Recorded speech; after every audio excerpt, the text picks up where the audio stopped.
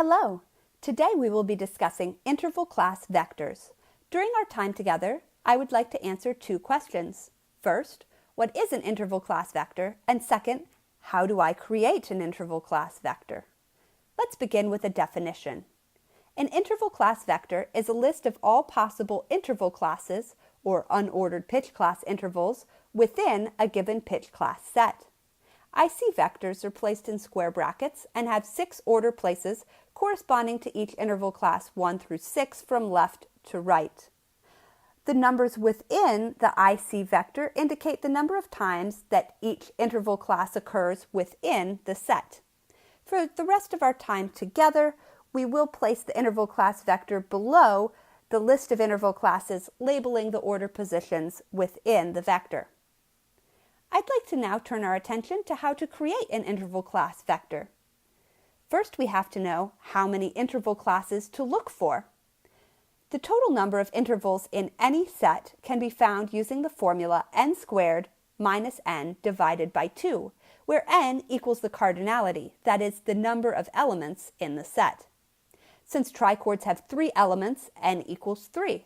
3 squared is 9, 9 minus 3 is 6, and 6 divided by 2 is 3. There are 3 intervals in any trichord.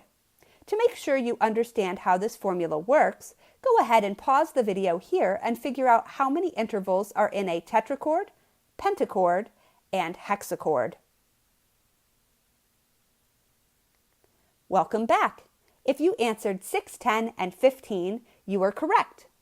Now that we know how many intervals to look for, let's generate IC vectors for one set of each of these cardinalities.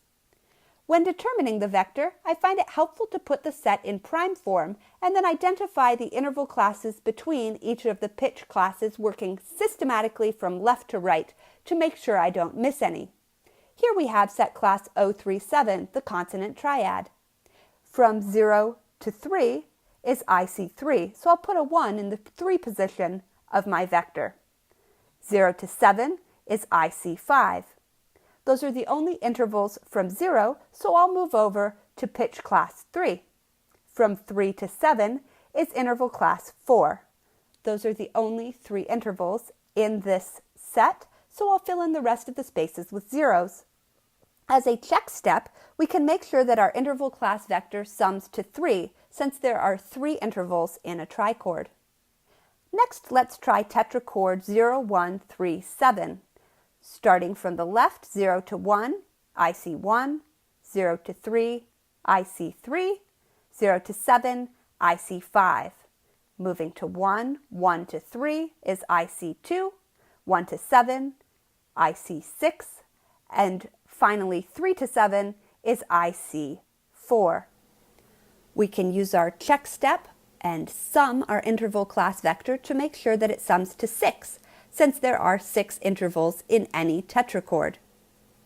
You may notice that there's one of each interval class within our vector. That's because 0137 is one of 2 all-interval tetrachords, or AITs. The only other AIT has the prime form 0146. Next, let's look at the pentatonic collection.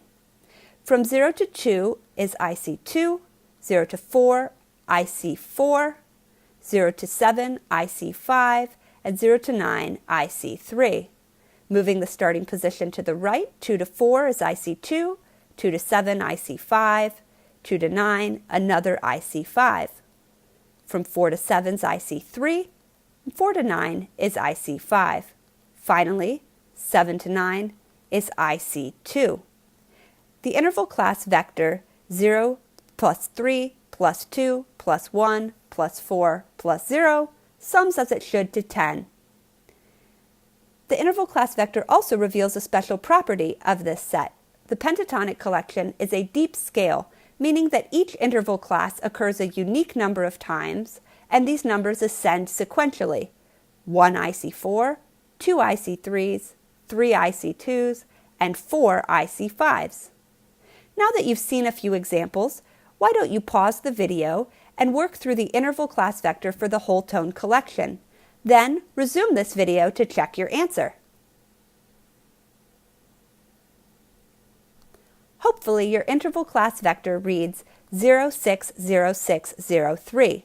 Remember that your interval class vector should sum to 15 since there are 15 intervals in any hexachord.